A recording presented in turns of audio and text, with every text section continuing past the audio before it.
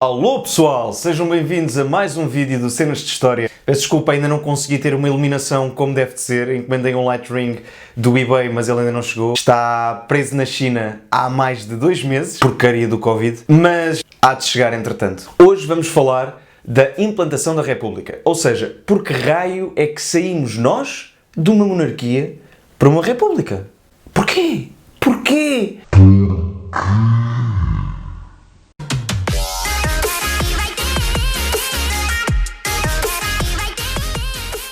Ninguém acorda num dia e pensa 1910, monarquia ainda, lesta porcaria para a República, pá. Não é assim. É preciso que muita coisa se passe para que haja motivações para se mudar de regime político, como é óbvio. Para isso temos de recuar até 1851, segunda metade do século XIX. Portugal tinha acabado de sair de um regime de monarquia absoluta, um tipo de monarquia onde o rei concentra em si todos os seus poderes e passa a viver sob uma monarquia constitucional. Uma monarquia onde os poderes legislativo, executivo e judicial são separados e a vida política passa a passar-se no Parlamento. O Parlamento é basicamente um sítio onde os deputados vão para debater as ideias do país e criar as leis. Nesta altura surgem os partidos políticos, ou seja, o conjunto de deputados sobre uma certa ideologia que vão para o Parlamento debater ideias e discutirem uns com os outros. Sabe, eu há pouco estava a perguntar de onde é que saiu este palhaço, que é o senhor. Nesta altura havia 2 principais partidos que faziam este período histórico.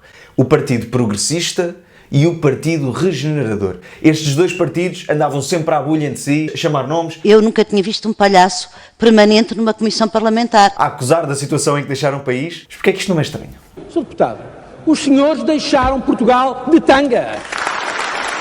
A conclusão a que chegamos é que o Dr. Santana Lopes não tem jeito para Primeiro-Ministro. O senhor é hoje responsável por hospitais que não têm dinheiro para pagar a fornecedores, escolas que não conseguem abrir as portas. E estavam sempre numa espécie de rotativismo, ou seja, estavam sempre a rodar para estar no poder. Ora ganha um, ora ganha outro. Ora ganha um, ora ganha outro. Isto também não é estranho. A vitória do PS, de Sócrates, foi uma vitória do PS. Pedro Passos Coelho, novo Primeiro-Ministro de Portugal. Mas bom, esta era a situação política que se passava em Portugal na segunda metade do século XIX. No final do século XIX, o sistema era previsível, corrupto e incapaz de responder aos problemas do país. O que desgastou a monarquia constitucional.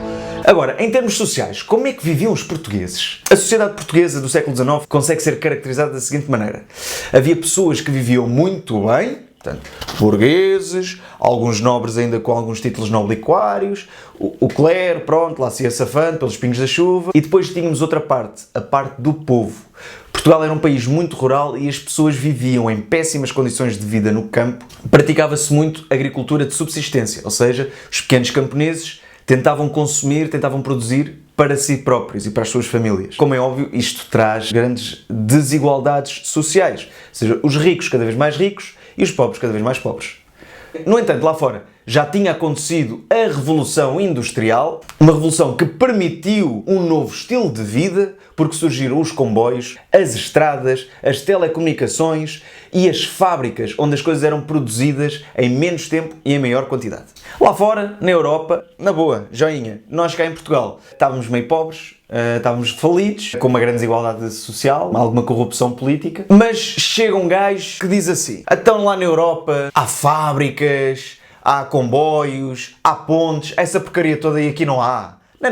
Nós vamos ser um país industrializado. Ora, esse gajo era Fontes Pereira de Melo. Fontes Pereira de Melo foi o principal impulsionador da industrialização do país. Foi no tempo dele em que se massificou a construção das pontes, das estradas, uma rede de telégrafos, de telefone e os selos dos correios. Ora, isto é tudo muito bonito, mas vocês perguntam, então mas nós tínhamos guita? Tínhamos guita para... é porque isso parece caro.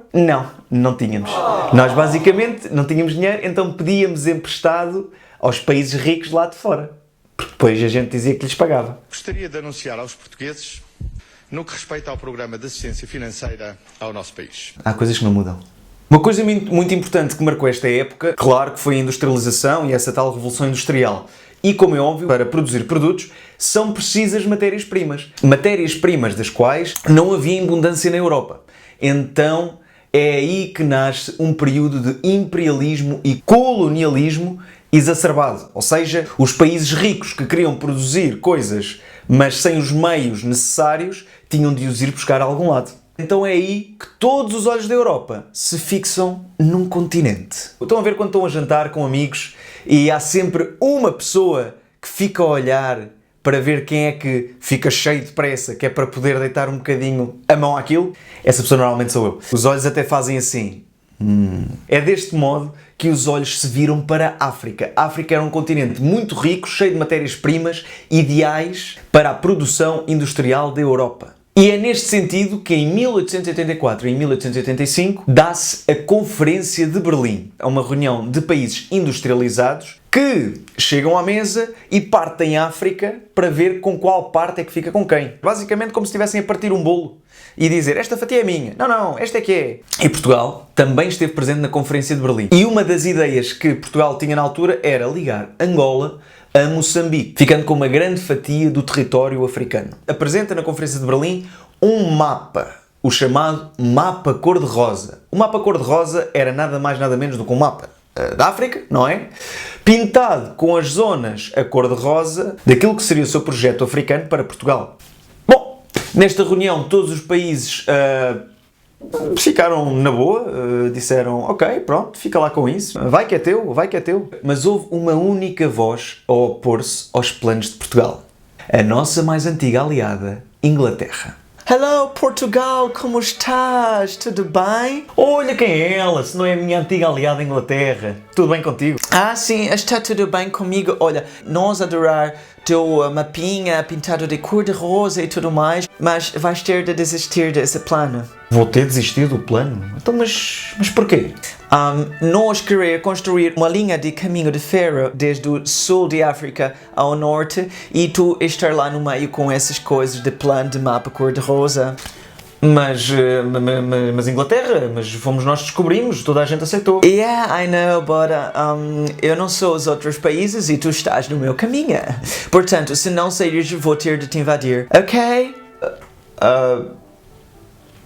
Ok. Isto é basicamente o resumo daquilo que foi o ultimato britânico. Ou seja, a Inglaterra tinha a ambição de construir uma grande linha férrea que ligasse o sul ao norte da África e Portugal estava lá no meio. Então, com isto, Portugal acabou de ceder porque também não queria quebrar as grandes relações comerciais que tinha com a Inglaterra. Também muito do dinheiro que nós pedíamos emprestado era dos bancos de Londres e, portanto, nós ficámos numa situação entre a espada e a parede. Isto foi um dos acontecimentos que levou ao descrédito da monarquia. O povo começou a olhar para o rei, portanto, como o responsável máximo daquilo ter acontecido. Isto aliado àquilo que tínhamos, que era um país pouco desenvolvido, os empréstimos lá fora, o rotativismo partidário e a corrupção foram os ingredientes que se puseram numa panela e dali saem tumultos, revoltas, descontentamento. Com isto, começa o movimento republicano a crescer, ou seja, começa-se a ouvir umas vozinhas a dizer República é a solução. Começa-se a pensar que a monarquia já não serve, então tem de vir um novo regime político que fizesse o país andar para a frente. E principalmente depois do ultimato inglês, é escrita uma música chamada A Portuguesa. A Portuguesa é um hino de rebeldia e de revolta contra o ultimato inglês, que acabou por ser adotado pelos republicanos como o seu hino. É por isso que hoje o nosso hino continua a ser a Portuguesa. E em 31 de janeiro de 1891 dá-se uma tentativa de proclamação da República no Porto. A República foi implantada no Porto, na Praça da Liberdade, e depois os revolucionários subiram onde é hoje a Rua 31 de Janeiro, lá está, a Rua 31 de Janeiro, em direção à Praça da Batalha, para afirmar que a República tinha chegado a Portugal. Tudo correu mal nessa revolta porque a Guarda Real estava barricada na Praça da Batalha e acabou por atingir a tiro, à queima-roupa, os revolucionários. Ou seja, essa tentativa de implementação da República acaba por cair. Entretanto, o tempo foi-se passando, as coisas continuavam, os partidos continuavam a discutir e chegamos ao século XX. O princípio do século XX em Portugal é muito parecido com aquilo que se tinha passado no século XIX. Portugal chega a uma altura em que isto já chega, até o próprio rei se farta e demite o governo da altura e chama um deputado, João Franco, para formar governo e meter ordem naquilo tudo. Ora, João Franco acabou por enverdar num regime de ditadura. É verdade, nós vivemos uma ditadura mesmo antes de Salazar e não correu bem. A ditadura nesta altura não era a resposta que o país precisava. E chegamos a 1908, que nos traz um dia fatídico, o regicídio. O regicídio significa a morte do rei.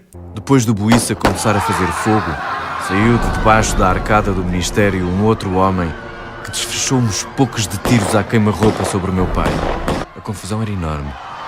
Já na rua do Arsenal, olhei para o meu queridíssimo irmão, vi-o caído para o lado direito com uma ferida enorme na face esquerda, de onde o sangue jorrava, como de uma fonte. Foi um dia que permitiu que a porta se abrisse para o movimento republicano se instaurar de certo. Ora, rei morto, rei posto, como o herdeiro Luís Filipe também ele estava morto, quem sucede é o filho mais novo de Dom Carlos, é o rei Dom Manuel II, o nosso último rei de Portugal. O rei Dom Manuel II tinha apenas 18 anos, era um miúdo e culpa João Franco pela morte do seu pai, então decide demiti-lo de imediato e acaba assim o período da ditadura. Na altura de Dom Manuel, ele tenta implementar aquilo que seria uma época política chamada de acalmação. Acalmação porque ele pretendia que fosse um período em que a paz voltasse e que as coisas voltassem ao normal. Resultou? Não resultou. Porque, tendo um rei novo no poder, estava o caminho aberto para a República se ir instalando pouco a pouco. O reinado de Dom Manuel II acabaria por ser marcado pelos escândalos, alguns deles exagerados pela imprensa e pela opinião pública. Então os jornais começam a manchar ainda mais a figura do rei, começam a ser expostas dívidas e corrupção tanto da Casa Real como dos partidos e a monarquia ganha cada vez mais descrédito. Ora, chegamos a 1910. Em 1910 dá-se uma movimentação militar para instalar de facto a República em Portugal. O processo de implementação da República é complexo, tem muitos nomes, tem muitos acontecimentos, mas basicamente podemos guiar-nos pelo seguinte. Foram feitas algumas barricadas em sítios estratégicos do país. Na rotunda do Marquês de Pombal estava uma grande barricada de republicanos contra monárquicos. No Rossio, a mesma coisa. O Marquês era o fim da cidade e do dia 4 para 5 foi também, sem que estivesse previsto, o centro da Revolução, onde republicanos se barricaram com a ajuda de alguns populares. E depois de todas essas batalhas, de todas essas confusões, às 9 da manhã de 5 de outubro de 1910, era finalmente instalada a República em Portugal. Então, e quer dizer, a República é implementada e o rei e a rainha... A família real embarca no iate Real Amélia e ainda tenta desembarcar no Porto para uma contra-revolução, mas é informada que a Invicta também aderiu à causa republicana. Acaba por partir para a Inglaterra, onde viveria o seu exílio. Ai que bom, então a República veio e Portugal viveu feliz para sempre. Não, mas isso fica para um outro vídeo. A República é implementada em 1910. Temos uma mulher desnuda que representa a liberdade, foi inspirada na Revolução Francesa. Por baixo, os revolucionários republicanos do Partido Republicano, felizes de certa forma, a reunirem-se. E cá em baixo temos a coroa, a que representa a monarquia portuguesa, completamente destruída.